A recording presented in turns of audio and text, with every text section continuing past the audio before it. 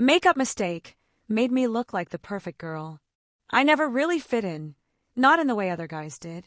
It wasn't like I was an outcast or anything. I had friends. I did okay in school. I could hold a conversation without embarrassing myself. But there was always this invisible gap, this sense that I was playing a role that didn't quite belong to me. I grew up in a pretty normal family. My sister, Emily, was the confident one, the kind of person who could walk into a room and own it without trying. She was a force of nature, always experimenting with fashion, makeup, new hairstyles. Me. I stuck to jeans and hoodies, kept my head down, and didn't ask too many questions. But there were moments, small, fleeting moments where something inside me stirred. Like when Emily would get ready for a night out, and I'd catch myself watching, not in a creepy way, but in a way that made my stomach twist. The way she moved, the way she transformed with just a few brushes of color across her face, the way she glowed with confidence. I told myself I was just curious. But sometimes, when she left her makeup bag open on the counter, I'd stare at it for a little too long. Sometimes, when no one was home, I'd reach out, just for a second, trailing my fingers over a lipstick tube or a powder brush before jerking my hand away like I'd been burned. It didn't mean anything. At least, that's what I told myself. I had bigger things to worry about. College applications. Figuring out what I wanted to do with my life. Surviving high school without feeling like a total fraud. But underneath it all, there was a quiet, persistent voice whispering something I wasn't ready to hear. Something was missing. I just didn't know what. It all started with a mistake. Emily was getting ready for a big night out. Some party she'd been talking about for weeks. As usual, she had makeup spread across her entire vanity, muttering to herself as she blended, lined, and contoured with practiced ease. I was lying on her bed, scrolling through my phone, half listening to her dramatic monologue about how the perfect look requires the perfect execution.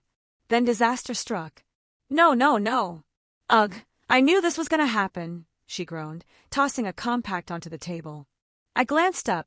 What? My best foundation is gone. She gestured wildly at the mess in front of her. And the backup shade is too dark. Now I'm going to look like an orange goblin.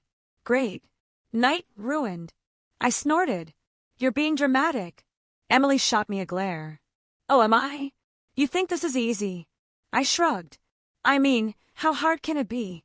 The moment the words left my mouth, I regretted them. Emily's eyes narrowed with an almost evil glint. Oh, you think it's easy? I sat up. Wait. Great. You're doing my makeup. I laughed. Yeah, no. But Emily was already shoving a brush into my hand. Nope. You opened your mouth, now prove it. I groaned, but something in me buzzed with curiosity. Fine. But if I mess this up, you can't get mad. She smirked. Deal. I followed her instructions, dabbing, blending, and carefully applying each product. At first, I expected her to laugh or tease me, but as I worked, she fell silent. When I stepped back, she turned to the mirror and stared. Okay, whoa. I frowned. That bad? She shook her head slowly. No. That good. A strange warmth spread through my chest. Then she grinned. Your turn. I froze. Wait, what? You did mine, I do yours. Fair's fair. I wanted to say no. I should have said no. But I didn't. And that was the moment everything changed.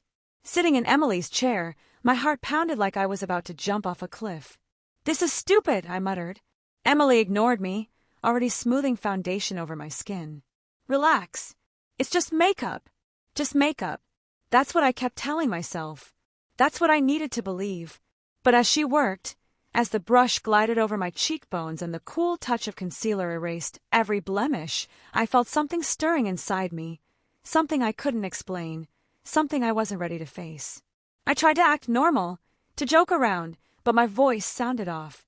My usual sarcasm was weaker, forced.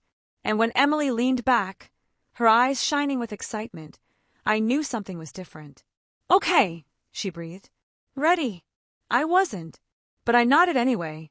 Emily spun the chair toward the mirror, and my breath caught in my throat. The boy I had seen in the mirror my whole life was gone. In his place was someone else. Someone softer. Someone who looked beautiful. I swallowed hard. That's weird.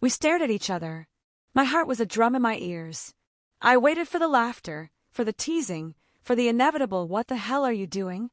But it never came. Instead, she softened. "Oh." I swallowed hard. My throat was dry. Emily stepped forward, her voice quiet. "How long?" I wanted to deny it, to make a joke, to say it didn't mean anything. But I couldn't, because it did mean something. I dropped my gaze. "I don't know." Emily nodded slowly, then reached for a makeup wipe. She held it out to me, not as an order, but as a choice. I hesitated. Then, with a shaking hand, I took it. And just like that, she let it go. No teasing. No interrogation. Just quiet understanding. But the moment stuck with me long after she left the room. Because if Emily knew, it was only a matter of time before someone else did. And that was terrifying. The fear crept in after that. Every time I experimented in secret, guilt followed. Every time I wiped away the makeup, I felt like I was erasing her, the girl in the mirror, the one who felt more like me than the boy I had pretended to be my whole life. At school, I caught myself shrinking, avoiding people's eyes, terrified someone would see. That someone would know. Because what if they did? What if they laughed? What if they hated me? What if I wasn't supposed to feel this way? The worst part wasn't the fear of other people. It was the fear that I was making a mistake. That I was breaking something inside me I couldn't fix. That maybe I was wrong for wanting this. Then one night, Emily knocked on my door. "Hey!" She hesitated, so I kind of bought something. I frowned. "Okay." She stepped inside and held up a small bag. "It's just some stuff. Some makeup of your own. Some clothes, if you want them." I stared at her. My throat tightened. "Why?" Emily shrugged. "Because you looked happy. And because you deserve to figure this out without stealing my mascara." A laugh bubbled up, raw and unexpected. She smiled. "Look, I don't know what this means for you. Maybe you're still figuring it out. But you don't have to do it alone, okay?" Something in me cracked. For the first time in weeks, I felt like I could breathe. Like maybe, just maybe, this wasn't a mistake. Maybe this was the beginning of something real. The night I finally stopped hiding, it wasn't planned. Emily had been pushing me, gently, patiently, telling me I didn't have to keep this to myself. That if I wanted to step into this, I could, but fear had always been stronger. Until now, it started with a single question. "Do you want me to help?" We stood in front of the mirror, her makeup bag open between us, the familiar tools of transformation laid out like an invitation. This time, I didn't hesitate. I nodded. Emily smiled. "Okay, let's do this right." She started with foundation, blending it seamlessly into my skin. Then concealer, hiding every shadow of doubt. I felt my nerves unraveling with every brush stroke, every careful touch. When she swept eyeshadow across my lids, a soft shimmer that caught the light, I exhaled, my grip on the edge of the vanity loosening. Then came the eyeliner. Sharp, precise. It was like I was being carved into existence, piece by piece. Emily grinned as she applied the finishing touch, a deep pink lipstick, glossy and perfect. "Now for the real fun." She turned to the bag she had given me days ago, pulling out an outfit. A simple, elegant black dress. I swallowed hard. "That's a lot." Emily tilted her head. "You don't have to. But I think you want to." She was right. With shaking hands, I slipped into the dress, feeling the fabric glide over my skin. The moment it settled into place, something inside me clicked. I wasn't pretending. I wasn't playing dress up. I was me. Emily stepped back, her breath hitching. "Wow!" I turned to the mirror, and my heart nearly stopped. The girl staring back at me wasn't just an illusion. She wasn't a fleeting moment, a secret to be hidden away. She was real. And she was beautiful. Emily squeezed my shoulder. "I knew it," she whispered. I swallowed, emotions welling up in my chest. "Knew what?" "That this is you." For the first time, I didn't argue. For the first time, I believed it. The fear wasn't gone. The uncertainty still lingered. But as I stood there looking at myself, really looking at myself, I felt something I had never felt before. Confidence. Wholeness. Freedom. Emily was the first person to see me. But tonight, I was going to let the world see me too. Well, maybe not the world, just a few friends. Emily had convinced me to join her for a small get-together at her friend Jenna's place. Nothing huge, just a few people hanging out. Still, I felt like I was standing at the edge of something life-changing. Because for the first time in my life, I wasn't walking out the door as him. I was walking out as her. The car ride felt like forever. My hands wouldn't stop trembling, and my heart was racing so fast I thought I might pass out. Emily glanced over at me. Breathe. I let out a shaky laugh. I can't. She reached for my hand, squeezing it. You look amazing. And no one is going to say a damn thing except wow. I wanted to believe her, but my mind was filled with worst-case scenarios. What if they laughed? What if they stared? What if someone said something cruel? And all of this shattered around me. The car stopped in front of Jenna's house. Laughter and music spilled out onto the quiet street. Emily turned to me. You don't have to do this. I swallowed. I do. I had spent too long being afraid. I wasn't going to be afraid anymore. The moment I stepped inside, every nerve in my body screamed for me to run. But then, oh my God! I turned frozen. Jenna was staring at me wide-eyed, but then her lips curled into a slow smile. You look incredible. A breath I didn't realize I was holding whooshed out of me. Then someone else chimed in. Wait, that's you.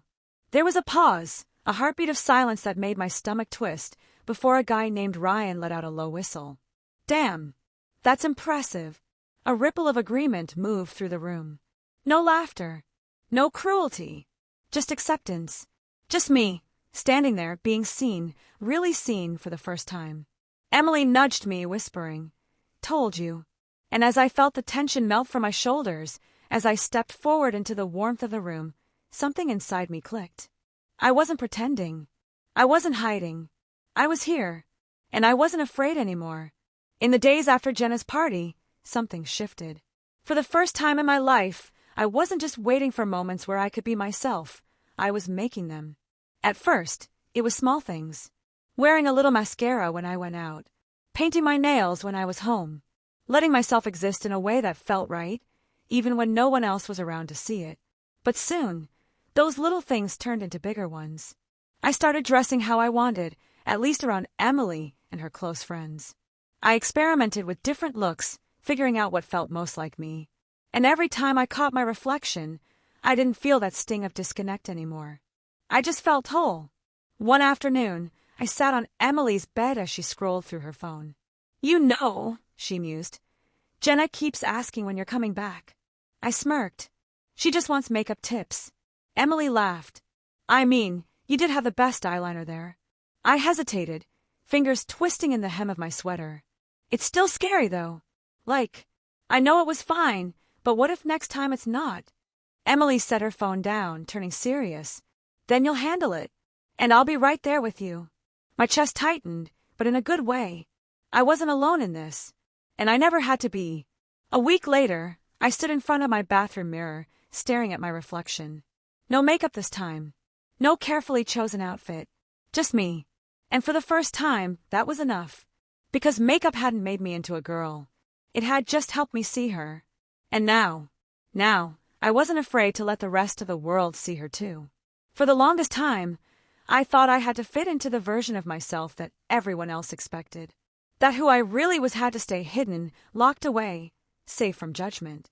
But the truth is, you can't keep your real self buried forever. Eventually, it finds a way out, through a mistake, a moment of curiosity, or an unexpected push from someone who sees you even when you're scared to see yourself. Self-discovery isn't always easy. It's terrifying. It's messy. But it's also liberating. Because the moment you stop fighting who you are, you start living. And the world, it doesn't end when you finally step into yourself. It begins.